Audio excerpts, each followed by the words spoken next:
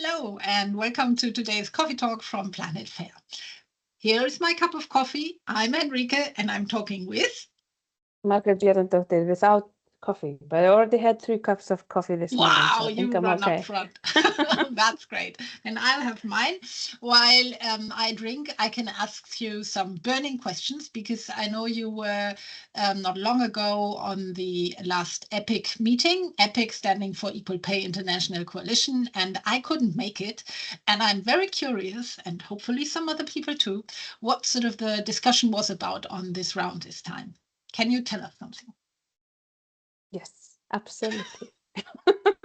Yeah, no, what was the discussion like? So this was the annual technical meeting. And this is actually the first technical meeting I've been to. We have sent other representatives before, but it was my first meeting, and I was actually very pleasantly, I don't want to say surprised, but I met a lot of interesting people, a lot of people putting in a lot of effort to reach gender pay equity. So it was a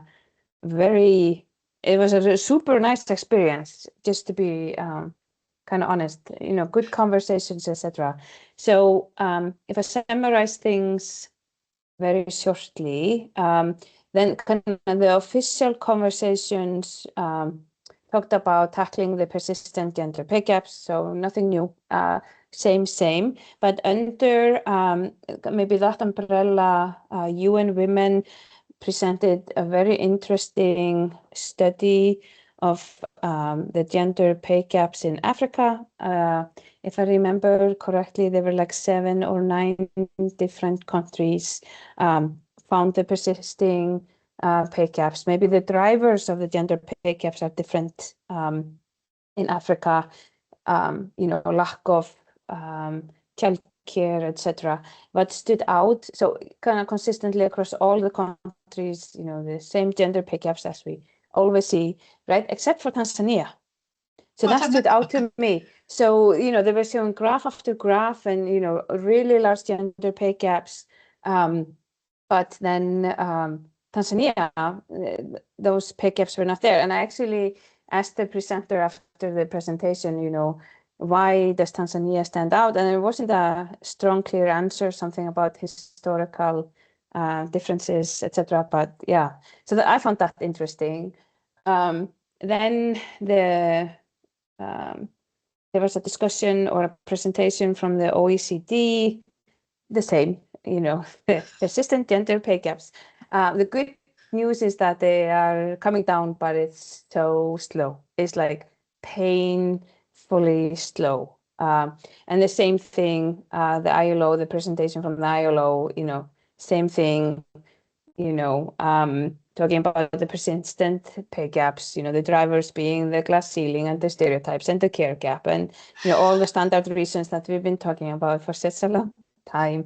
But maybe what was a little bit interesting that there is more emphasis on intersectional barriers and gaps. So women with disabilities, women of color, same-sex couples, etc. So that was a little bit interesting. There was a whole section on pension gaps and then also some transparency discussion. So that was kind of the overall. So what you just said is like, if I got it right, the gender pay gap, meaning male, female, bisexual, is still sort of same as always. But if we go into minority groups, it sort of gets better. I'm like worse. Wondering, could we ever, what I'm wondering is we didn't measure that so good. We're not measuring that one so good. So we're getting better measuring it and we're figuring out that part is improving. But on the global main, on the 100% population as a whole, if you count it, we're just slow, correct?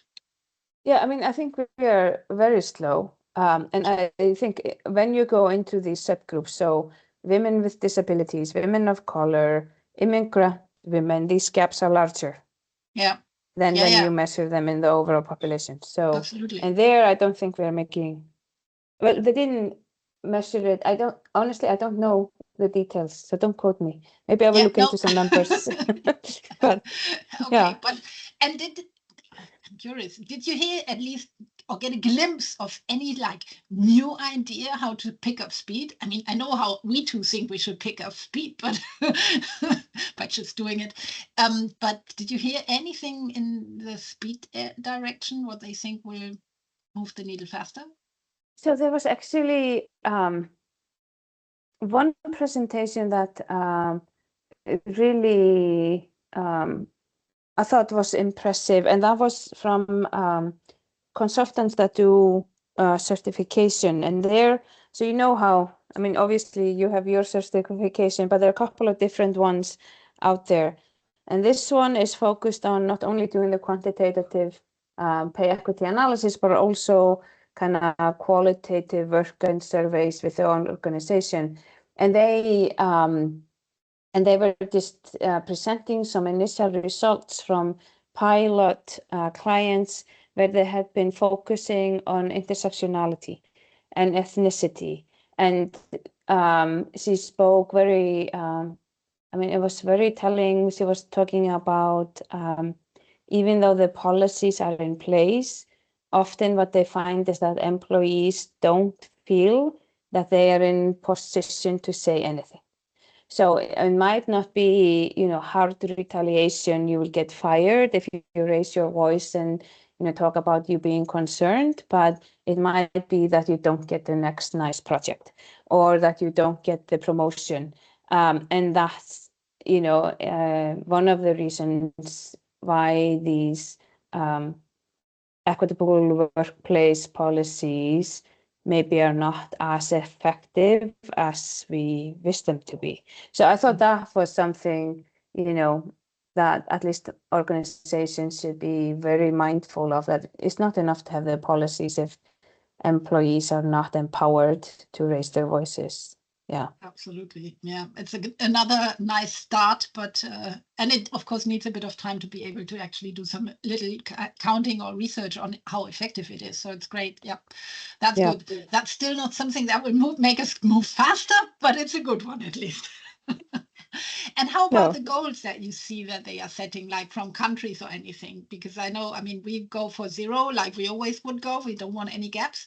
But did you hear any news about the 5% hurdles, the 2.5, things like that have always been out in the discussion, especially at the EPIC meetings?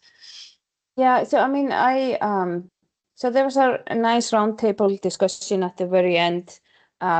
And there, I spoke up about that we need to set the target at 0. So I think we all acknowledge that we need to give organization a little bit of wiggle room, right? Because like we've said so many times on this podcast, that, every decision that you make will move your pay equity gap a little bit, right? But we should be targeting for 0. And then sometimes we're above and sometimes we are below and we oscillate around it. So I think, setting the target somewhere else is the same as saying, well, I'm okay with 2.5% discrimination, or I'm okay with 5% discrimination, which in my mind is just, no, we are not okay with that 2.5% discrimination. So, so that was my 2 cents at the meeting. That's great. And our time is already running out and over, I think. But I think that's a great final. I mean, we just keep the goal at 0. I can't stop saying that. Go for 0. I mean, if you don't go for 0, if you go for 1 or 2 or 5, you will go for 2 or 5. You will not go further down. It's just like really setting that goal at 0. So let's go for the 0 goal. I enjoy my last drop of coffee and I look forward to the next round. Thank you. See you soon, Margrét. See you soon. Bye. Bye-bye.